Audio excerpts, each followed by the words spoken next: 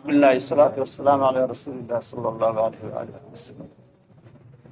میرے دوستو، عزیز ساتھیو، اللہ رب العالمین کا بہت شکر احسان اور کرم ہے کہ اللہ تعالیٰ نے ہم سب کو ایک عظیم فریضہ مغرب کی نماز باجماعت پڑھنے کی توفیق عطا فرمائی، اور مزید کرم یہ ہوا کہ دین کی نسبت پہ تھوڑی دیر غور و فکر کے لیے بیٹھنے کی توفیق دی۔ دوستو، یہ بظاہر تو چھوٹی سی مجلس ہے، لیکن اللہ رب العالمین کی نگاہ میں ایسی مجلسوں پر بہت بڑے بڑے وعدے ہیں۔ فرماتے ہیں کہ ایسی مجلسوں میں بیٹھنے والوں کے اللہ تعالیٰ سیئات کو حسنات سے مبدل فرما دیتے ہیں، یعنی گناہوں کو نیکیوں سے تبدیل فرما دیتے ہیں۔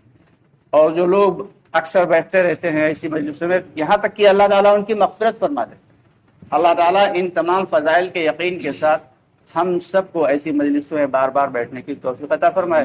یہاں پر بیٹھنے کا مقصد کوئی تقریر کرنا نہیں، بلکہ مذاکرہ ہے، کہ فرماتے ہیں کہ دین کا مذاکرہ دین والوں کو نفع دیتا ہے، جیسے کہ کاروبار کا مذاکرہ کاروبار والوں کو نفع دیتا ہے، کھیتی باڑی کا مذاکرہ کھیتی باڑی والوں کو نفع دیتا ہے، ہر قسم کا مذاکرہ اس اعتبار کے کام کرنے والوں کو نفع دیتا ہے۔ اگر ہم ایمان کا مذاکرہ کریں گے تو ہمارے ایمان میں اضافہ ہوگا۔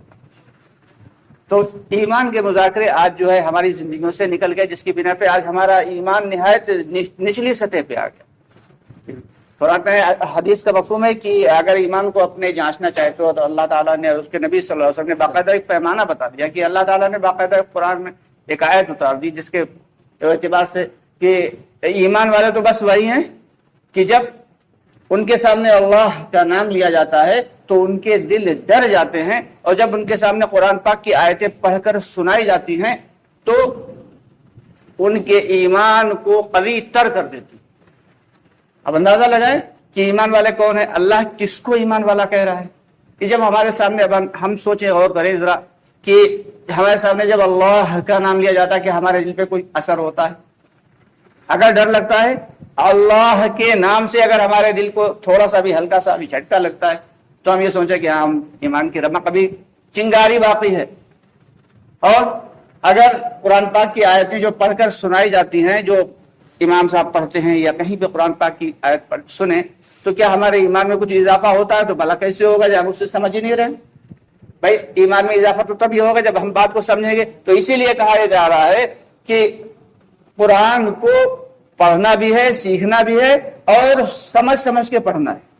اور صرف یہ تفسیر کے اوپر جو ہے تفسیر پڑھ کے اپنے آپ کو علامہ سمجھنا یہ حماقت ہے، بلکہ کسی بڑے عالم کے ساتھ جو ہے بیٹھ کے اور جو ہے اس کو سمجھنے کی کوشش کرنا ہے کہ یہ جو ہم نے پڑھا ہے کہ بظاہر تو کچھ اس کا مطلب ہوتا ہے، لیکن ہمارے پلے کچھ نہیں پڑتا۔ تو اس کے لیے جو ہر چیز کا اس کا ماہر سے اس کے جو ہے جو ہم بات کریں گے اس کے بارے میں تب بات سمجھ میں آئے گی۔ تو اس لیے باقاعدہ مرکز سے بھی یہ کہا جا رہا ہے کہ مولانا شبیر عثمانی صاحب کا جو تفسیر ہے، کہا جاتا ہے کہ وہ پڑھو۔ مولانا صاحب کی زبانی ہم نے خود سنا، کہتے ہیں وہ تفسیر پڑھیں اور کسی علماء کے جو ہے ربط میں رہ کے پڑھیں تو زیادہ بہتر سمجھیں۔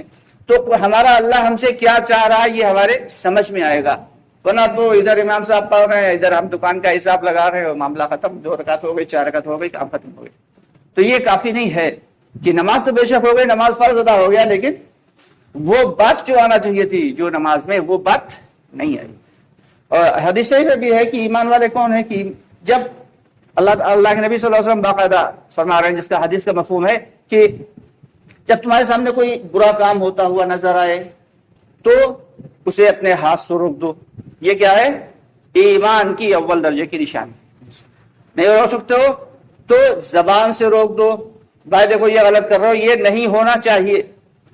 اگر یہ بھی نہیں کر رہے ہو تو پھر یہ دوسرے درجے کا بھی ایمان دل میں نہیں ہے۔ تو کم سے کم کا درجہ یہ ہے کہ دل سے اس کو برا سمجھیں۔ آج کیا ہم واقعی دل سے برا سمجھ رہے ہیں؟ اللہ معاف کرے، تو کتنے % مسلمان ہیں جو برا کام ہوتے ہوئے پہلی پیڑھی پہ ہیں یا دوسری سیڑھی پہ یا تیسری پہ بھی نہیں ہے؟ ارے ہمارے جسے تو تیسری پہ بھی نہیں، کہ برا عمل اتنا زیادہ ہو گیا، ابلیسیوں نے اتنا زیادہ اس کو عام کر دیا کہ اب وہ برا لگتا ہی نہیں۔ کوئی گناہ جب شروع میں ہوتا ہے تو وہ گناہ لگتا ہے، لیکن وہی گناہ جب بار بار ریپیٹ ہونے لگتا ہے تو اس کی برائی جو ہے وہ دھیرے دھیرے کم ہونے لگتی ہے۔ تو اس لیے ہم سب کو کوشش یہ کرنا ہے کہ اپنے ایمان کو بنانے کی اور بچا کے لے جانے کی فکر کریں کہ یہ ایمان کے لٹیرے ہر قدم پہ ہر موڑ پہ ہمیں دنیا میں ملتے رہیں گے، اور باقاعدہ اس کی کوشش چل رہی ہے اور محنت چل رہی ہے، لوگوں کی طرف سے اس کی کوشش چل رہی ہے، باطل کی طرف سے محنت چل رہی ہے کہ کیسے ایمان والوں کے ایمان کو ختم کر دو، باقی پہ کسی کو کوئی ٹینشن نہیں ہے۔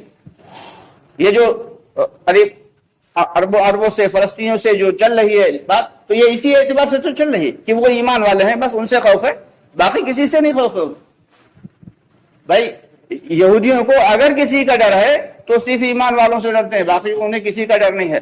اور جو باقی کے ہمارے بھائی ہیں، اللہ ہم سب کو معاف کرے، تو ان کے دل میں ایمان تو شاید ہو، تو اللہ جانے کتنا ہے، یہ بھی اللہ ہی جانے، لیکن اگر ایمان ہوتا کم سے کم اتنے درجے کا ہوتا کہ زبان سے زوردار انداز میں تو روک سکتے تھے، لیکن شاید وہ زوردار انداز میں روکنے والا وہ بھی ایمان بچا نہیں ہے۔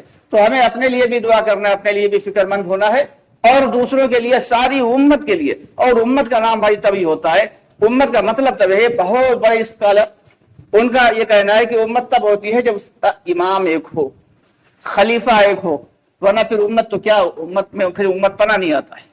امت میں امت پناہ تبھی آتا ہے جب امام ایک ہو اور اس کا خلیفہ ایک ہو۔ آج امت جو ہے ٹکڑوں ٹکڑوں میں بٹی ہوئی ہے کہ کوئی جو ہے دیوبندی ہے، کوئی وہابی ہے، کوئی جماعتی ہے، کوئی ہے، ارے کچھ بھی ہے بھائی، ایمان والا تو بھائی ہے، قرآن والا تو ہے، کلمے والا تو ہے، نبی والا تو ہے، سب کچھ اگر ملا دیا جائے تو کچھ بھی ہو نہ ہو لیکن ہم مسلمان تو ہیں، ایمان ہو نہ ہو لیکن مسلمان ہیں بہرحال۔ تو اسی بات کی بھائی یہ محنت ہے، اللہ کے راستے میں نکالا جاتا ہے، نکلا جاتا ہے، لوگوں کی ٹھوڑیوں میں ہاتھ ڈالا جاتا ہے، خوشامدیں کی جاتی ہیں، اللہ کے روٹھے ہوئے بندوں کو اللہ کی گھر تک لا کے چھوڑ دینا یہ میری ذمہ داری ہے، باقی ہدایت دینا اللہ کے ہاتھ میں۔ ہدایت کسی نبی کو اللہ نے نہیں دی کہ وہ نبی کے بس میں نہیں ہے کہ کسی کو ہدایت دے سکے۔ ہم لوگوں کی اوقات کیا ہے، ہم لوگوں کا کام بھی یہ ہے کہ اللہ کے روٹھے ہوئے بندوں کو اللہ کے گھر تک لا کے چھوڑ دیں اور پھر اللہ پہ چھوڑ دے کہ اللہ جس کو چاہتا ہے اس کو ہدایت دیتا ہے، اس کو چاہتا نہیں دیتا۔ تو اس لیے اصل جو ہے وہ فائدہ اپنے آپ کو ہوتا ہے کہ اپنے ایمان میں اضافہ ہوتا ہے، اپنے آپ کو دین پہ چلنا آسان ہوتا ہے۔ اللہ تعالیٰ جو ہے اس کے لیے ہم سب کو کہنے سننے سے زیادہ عمل کی توفیق عطا فرمائے۔ اسی لیے 4 ماہ ہے، اسی لیے چلہ ہے، اسی لیے 3 دن ہے۔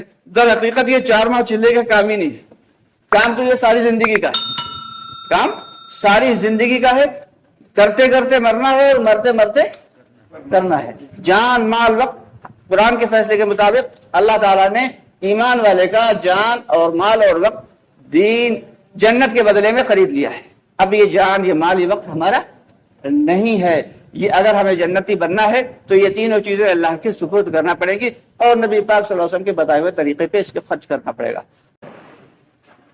تو ہم سب کو ایمان کی محنت کب تک کرنا ہے؟ جب تک دم ہے تب تک کرنا ہے، جب تک سانس ہے تب تک کرنا ہے۔ کس لیے کرنا ہے؟ کہ ہمارا خاتمہ ایمان پہ ہو جائے۔ دوستو یہ وعظ و تقریر کا کام نہیں ہے، دعوت کا کام وعظ و تقریر کا نہیں ہے، یہ تو فکروں کا کام ہے، یہ تو محنت کا کام ہے کہ کیسے ہماری زندگی سے لے کے اس بستی میں اور سارے عالم میں رہنے والے ہر ایک کچے پکے گھر میں دین اور دین کی محنت والے اعمال کیسے زندہ ہو جائیں، اس بات کی فکر ہے۔ اور یہ فکر کرنا کس کو ہے؟ یہ ہمیں کرنا ہے اور ہمارے بعد آنے والی نسلوں تک اس فکر کو پہنچانا ہے۔ آج کے حالات جو دیکھنے میں آ رہے ہیں، تو جو ہماری نسلوں کے حالات ہیں وہ بڑے ہی، تو اس لیے کیا کرنا ہے؟ ہمیں فکروں کے ساتھ اپنے آپ اس کام کو پکڑے رہنا ہے اور آنے والی نسلوں کو اس کام سے جوڑے رکھنا ہے۔ تو آنے والا وقت جو ہے وہ انشاءاللہ ان کے لیے بھی خیر کا ہوگا اور ہمارے لیے بھی خیر کا باعث بنے گا۔